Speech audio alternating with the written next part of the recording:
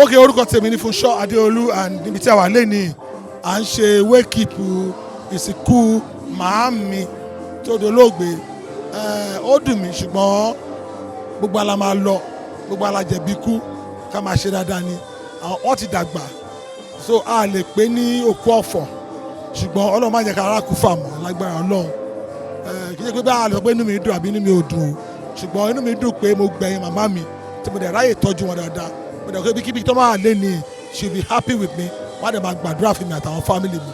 Thank you very much. Boa TV. You're watching Boa TV. Kindly click on the subscribe button and the bell beside it so you get notified when we drop new videos. Thank you.